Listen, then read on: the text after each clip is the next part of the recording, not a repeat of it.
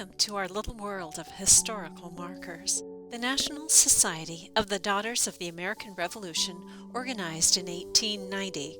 Washington State DAR organized in 1894. DAR is a three-legged stool, so to speak: historic preservation, education, and patriotism. Today we are talking about one aspect of historical preservation, one that we believe is oh so important, because what we are preserving are memories of our history. How can we best do that? One way is to place a grave marker. This is a gravestone of Vivian Bauer, Sacagawea member after whom the Vivian Bauer Award was named. Another way to preserve memories is to install a commemorative or historical monument. Here is the George Washington statue at the University of Washington campus in Seattle. The DAR's first resolution at the initial DAR meeting in 1890 was a pledge to complete a memorial in Fredericksburg, Virginia, to Mary Ball Washington, who was the mother of George Washington. An earlier design in the Andrew Jackson era had been left unfinished for nearly 60 years.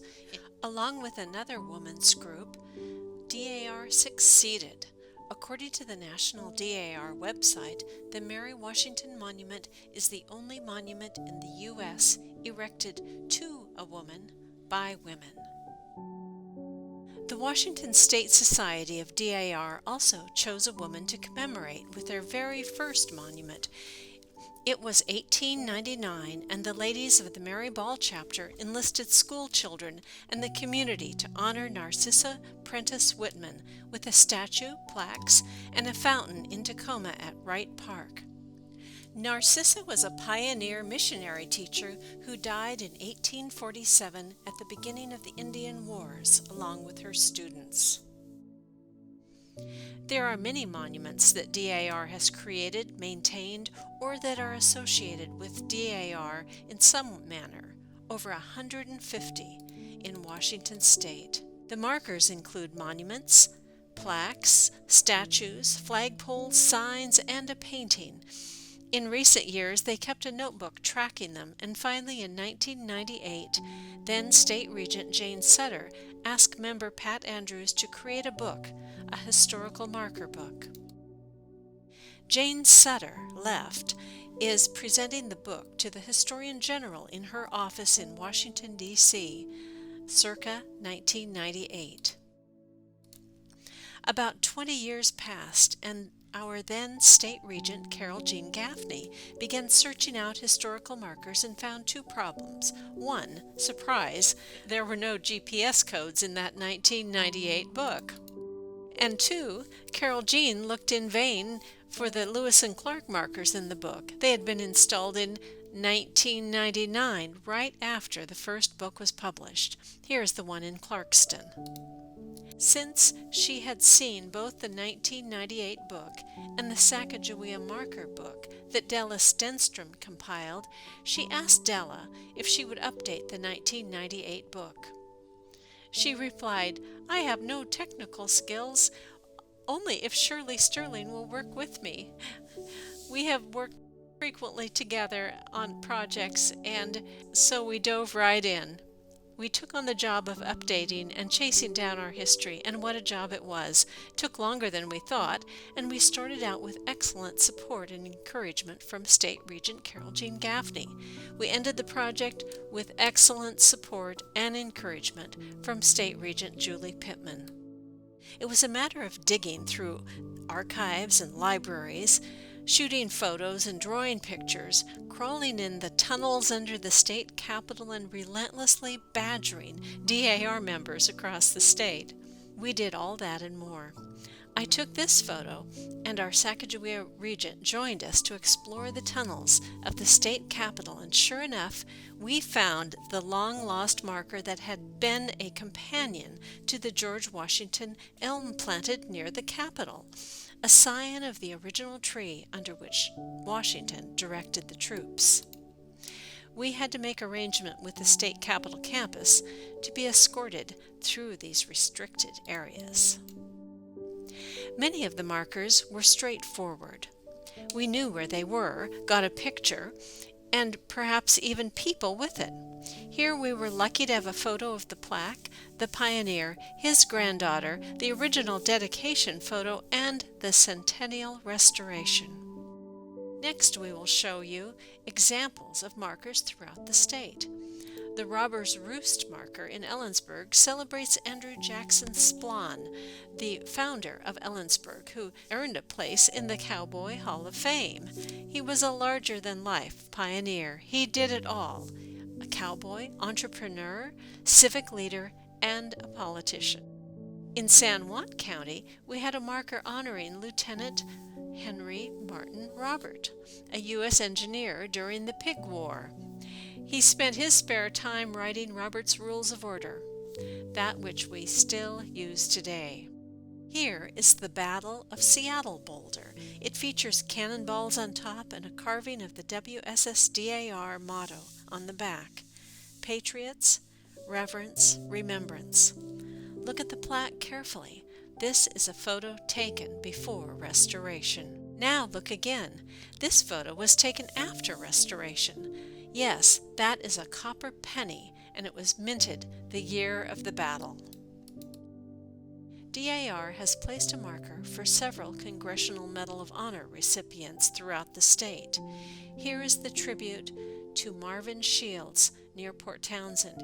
He is the only CB to ever receive the Medal of Honor. Since the publication of the marker book, this monument has been vandalized and the plaque has been stolen. DAR has or had plaques at several historic houses and cabins around the state, such as the Fort Borsk Blockhouse, Olmsted Cabin, E.B. Blockhouse, the Meeker Mansion, and here the D.O. Pearson House in Stanwood, Washington. This sundial celebrated the Monticello Convention in what is now Longview, Washington. It marks the site where settlers signed a petition asking Congress to establish Columbia Territory. Sadly, this marker has been stolen by vandals. We have several flags with DAR markers. Here is perhaps our smallest marker. It is a very tiny plaque plus a DAR insignia, which are both embedded in the concrete base of a flag at the West Sound Technical Skills Center in Bremerton. The Elizabeth Ellington chapter installed it in 1979. This image of Narcissa Whitman was painted by a DAR member, an artist, in the year 1927. She based it on a waking vision that she had while locked in her studio. It is on display at the Prentice Hall, a women's residence hall on the campus of Whitman College. Prentice Hall is not open to the public, but Della has a relative who lives in Walla Walla and lived in Prentice Hall as a student. She was able to visit the facility and take photos for us. We had several obelisks similar to the Martha Washington DAR Memorial in Virginia. Esther Reed chapter placed one in 1914 at the Steptoe Battlefield, a 25-foot granite shaft. There is also a pioneer obelisk in La Conner for the pioneers. There is also a plaque placed by Oregon's Multnomah chapter on the gravestone obelisk near the mass grave of the Whitman Massacre. We have some markers out of state. Along with other states, we placed several plaques. These have been from WSSDAR, our junior members, and our various chapters. We contacted DAR webmaster Kristen Olmsted at Valley Forge, Pennsylvania. We asked that they photograph the markers for us, and Kristen did it herself. These are at an angle because Kristen is 6 feet tall and had to look down. We have a series of 4 markers for the Lewis and Clark expedition in southern Washington from east to west: Clarkston, Burbank, Stevenson, and McKinsey Head. The front of each marker is identical. The back of the marker has a site-specific quote from Clark's journal. Here the DAR leaders are having a little fun mimicking the Lewis and Clark pointing stance. The Oregon Trail series. These were some of our first markers, 11 of them from Tumwater down to Vancouver. They were a standard design, all except the elaborate finale at the Oregon-Washington border named Spirit of the Trail. We at the Sacagawea chapter got excited about the centennial of these 1960 markers and restored them, with quite a bit of help from our friends.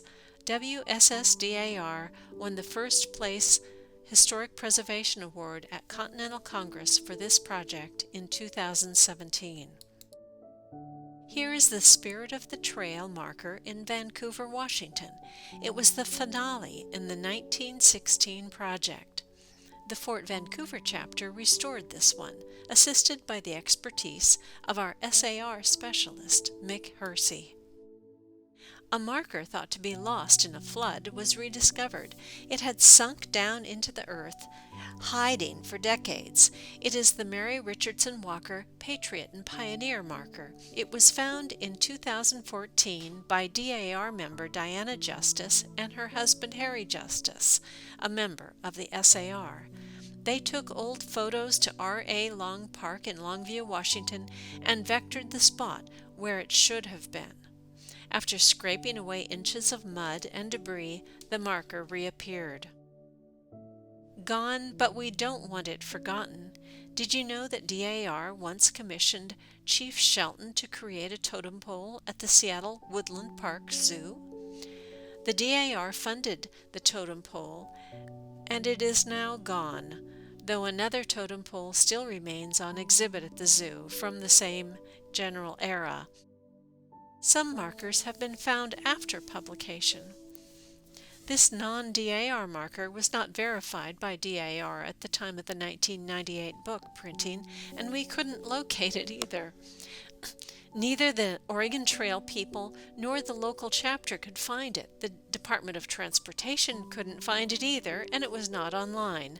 But lo and behold, 2 DAR members from the Susan Wooden chapter, Terry Barker and Stephanie Conroy, read the marker book as soon as it was published. On their way to Oregon, they decided to take a detour and find it. My goodness, they sure did, on a 2-lane road in Walla Walla County.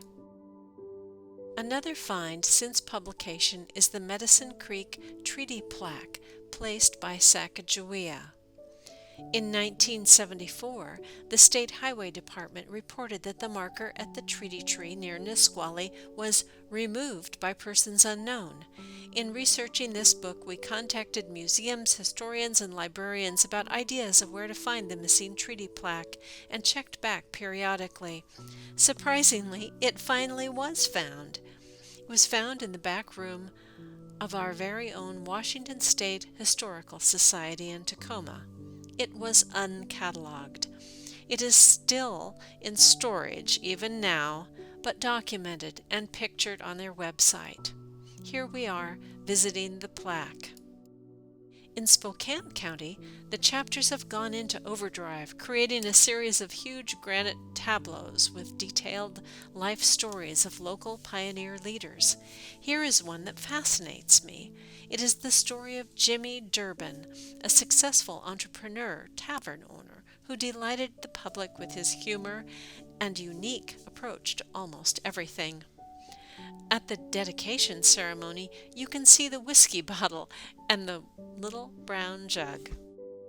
Bellevue hosts the elaborate U.S. Constitution Bicentennial Monument, completed in 1987, and the 1926 Lest We Forget marker in the Bellevue Downtown Park.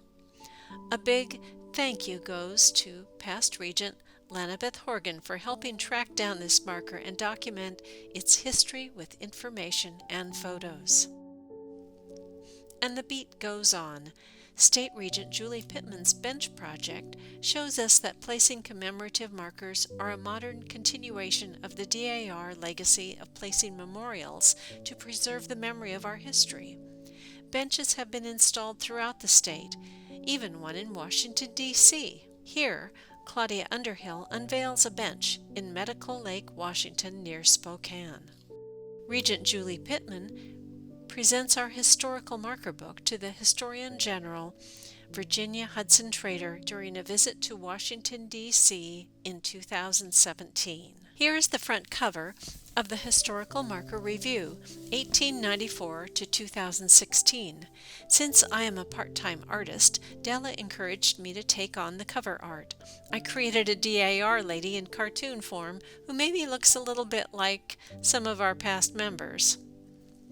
Here she is hobnobbing with George Washington, first president and namesake of our state. Note they are standing by a historical marker that says DAR marks the spot, and we do. We were happy to partner with new and old members on this project, and we were so pleased that Pat Andrews, the editor of the 1998 book and later state regent in Idaho, took an interest to obtain the book. Thank you for inviting us to visit today.